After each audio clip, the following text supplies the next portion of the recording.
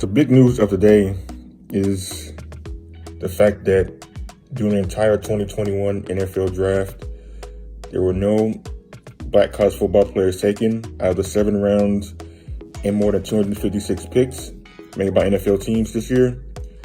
There's been a lot of discussion about whether or not this is an HBCU issue or this is just a total FCS issue.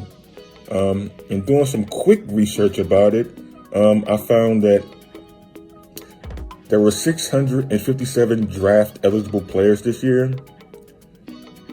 And so out of that 657, only 256 were going to be selected. And out of that 256 picks, only 6 were from the FCS. And this is a trend following last year where there was only 6 from the FCS. In 2019, though, there were 13 players from the FCS picked, including some from HBCUs.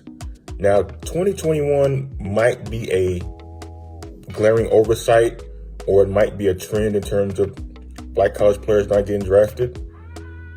But 2021 was the first time since 2009 that no HBCU players got drafted. I think 2020 and 2021 particularly might have worked against black college players getting drafted and players from lower levels getting drafted in general because of the pandemic, which cut down on the time scouts had to travel, which cut down on their ability to watch films. There were no postseason all-star games being played. There was no Celebration Bowl. There was the HBCU Combine, but very few players attended that. So there were just not a lot of opportunities these last 2 years for black college football players to get drafted. And I know Deion Sanders went on Twitter last night and ranted about it. His points were valid in a lot of what he said about kids being overlooked. But I think it's a combination of just the number of sheer players in the draft. A lot of them who didn't play in 2020.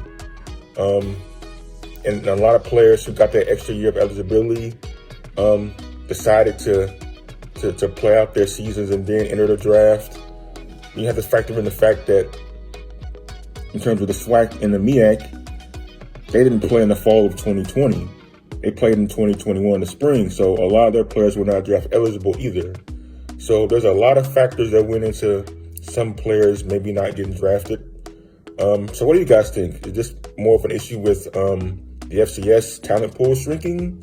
Or is it a case where HBCUs in particular are being overlooked?